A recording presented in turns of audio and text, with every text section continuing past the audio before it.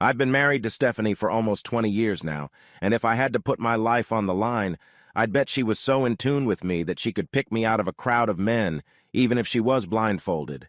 We had something of a psychic ability when it came to each other. Each of us always knew what the other was thinking, and we always seemed to be able to sense when the other was around. I am a traveling salesman and am usually on the road 2 weeks out of every 3. Steph has been the executive secretary of a manufacturing firm since our 2 children were old enough to start school. Because of my profession and the many separations it caused, Steph and I had a fantastic personal life. She was always so happy to see me come home, and I was always so happy to be around her that we never reached the point in our marriage where sex became ho-ho-ho.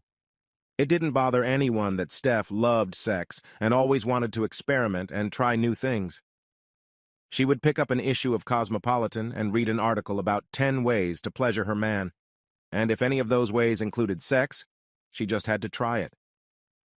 She got her hands on a copy of the Kama Sutra a couple years ago, and we are still trying out different positions. She said we'd all still be fucking when we reached 80. Then a series of events occurred that would undoubtedly change my marriage and my life.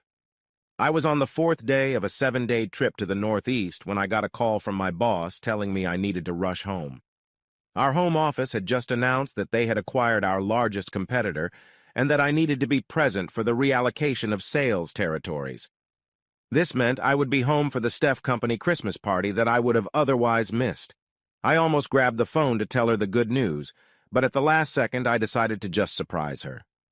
Just 5 hours before my boss's phone call, I had been working with a customer demonstrating a new line of adhesives.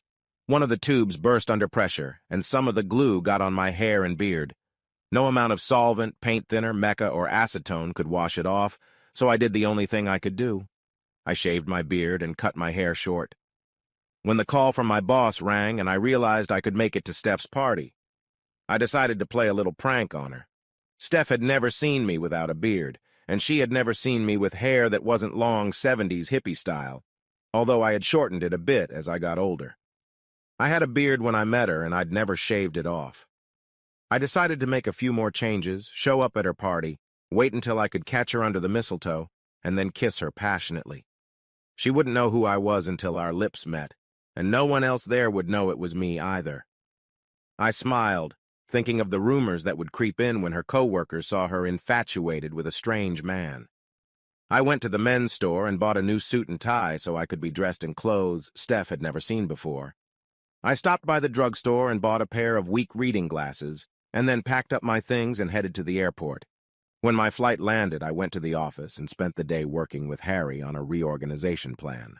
At 6:30, I headed home, confident that Steph would follow her usual habit of bringing a change of clothes to work and that she would go to the party from work. She would also get a hotel room for the night so she wouldn't drive home intoxicated. I took precautions and called home when I was 2 blocks away, but there was no answer. Just in case, I drove by the house looking for signs of life and parked further down the street. I went back to the house and looked in the window on the side of the garage, but her car wasn't there, so I went back and got my car and pulled into the driveway. I showered, shaved, and put on my new clothes and my weak glass glasses, and as I looked at myself in the mirror, I wondered how long it would take Steph to recognize me. Given what we had with psychics, I half expected her to know about me as soon as I walked through the door. I hoped she wouldn't. I wanted to get her under the mistletoe before she guessed.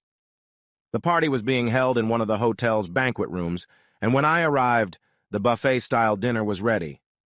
I spotted Steph at a table near the area that would be used as the dance floor later in the evening. She was sitting with 3 other girls, and although it was probably just my imagination, I thought I saw her look up for a second when I walked in. Had she really sensed my presence? At this distance? She looked around quickly, but then went back to talking to her friends.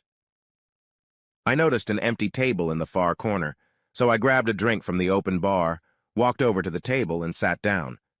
It would be at least an hour before the dancing started, and I could have my little surprise.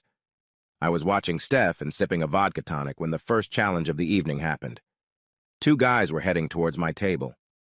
I looked around and saw that the empty chairs at my table were the only empty chairs in the room. I knew both men. I'd met them at previous picnics and company parties, but would they recognize me? Mind if we join you? You seem to have the only seats in the hall. I waved my hand toward the available seats, and they sat down and introduced themselves. I lowered my voice to disguise it a bit and told them my real name. Tom asked me what company I worked for, but before I could lie, I was in for my first surprise of the evening. Steph got up to go to the ladies' room, and my jaw dropped. Her blouse was cut so low that her tits were almost completely exposed. She was wearing the shortest skirt I'd ever seen, and she was wearing shoes with 12-centimeter heels. She looked like a street prostitute looking for work. Larry saw where I was looking. "She's something, isn't she?" Tom interjected. "It looks like someone might get lucky tonight." "What does that mean?" I asked. "Her husband is out of town on business, and sometimes when he's not around, she entertains herself. Judging by the way she's dressed tonight, this just might be one of those times." "What do you mean?" "She's out partying. That's the thing about Steffi, you never know with her. She likes to be inventive, and she rarely does the same thing twice. Suddenly, I wasn't interested in surprising my wife. It seemed like she was the one who was going to do the surprises. This year, they were using a DJ and records instead of a live band, and I watched almost every guy there dance with Steph at least once. About an hour into the dance, I saw a guy hand something to Steph, and then I watched as she secured it in her hair. It was a big sprig of mistletoe. He led her out onto the dance floor, and then they kissed. It wasn't just a light kiss on the cheek. It was a long, hot, passionate kiss, and I saw the guy's hands slide down to Steph's ass and pull her to him. Then the guys started to get involved, and the kisses stayed hot and passionate, and there wasn't a part of Steph's body that wasn't being groped, and Steph did nothing, not a single thing, to fight them off.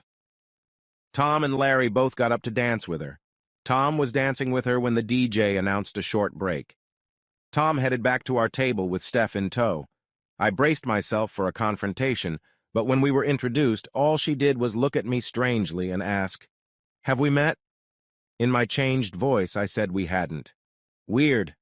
I have a strong feeling that I know you." I just shrugged, got up and went to pour myself another drink. When I got back to the table, Steph and Tom were kissing, and Larry had his hand up her skirt. Tom and Steph broke the kiss when I sat down, and Steph turned to me and asked, "Are you sure we've never met?" "Positive." Just then, the DJ played the music again, and Steph looked at me and asked, "Are you going to ask me to dance?" "Sorry, I don't dance. Sore knees." "That's a shame," she said, and leaned over to me. "I wouldn't want you to be the only one here who hasn't kissed me under the mistletoe." She kissed me, and her tongue penetrated my mouth. I waited a second, then returned the favor. Now she'll understand, I thought. But when she pulled away, all she did was look at me strangely, and then Larry pulled her back onto the dance floor. For the next hour, I watched Steph do almost everything on the dance floor except actual intercourse. She glanced at me every now and then, and I expected a light bulb to go off over her head at any minute. As the party began to wind down, Steph left the dance floor and came over to my table. "We're going to move the party upstairs to room 921. You're invited. Knock 3 times." And she left. I was torn between going up to the room or going home and waiting for her, but curiosity eventually won out, and after a few cups of coffee in the hotel's 24-hour coffee shop, I headed to room 921. I knocked 3 times, and the door was opened by Larry. "Come on in and check out the room." The door closed behind me, and all my attention was on what was happening on the bed. Steph was riding on top of a guy. There were 5 other men standing around, waiting for either their turn or seconds. Tom walked over to me. "I told you she was something special, didn't I? If I had been her husband, there was no way in the world I would have walked away and left her alone. I just stood there and watched. Things started to slow down as the guys got dressed and started to leave. Steph looked at me and noticed that I was still standing fully clothed. She frowned and then made an inviting gesture with her hand. "Come here. Come here, mystery man. I know you from somewhere, and I think I'd like to get to know you a little better." She rolled over onto her back, spread her legs and arms, and said, "Come on, honey." I just stood there looking down at her for a few seconds, and then I shook my head negatively and said in my usual voice, "No thanks, Fluff," my nickname for her. "I don't think so." I saw her recognize me, and then there was a shocked expression on her face as I turned and left the room to go home and wait.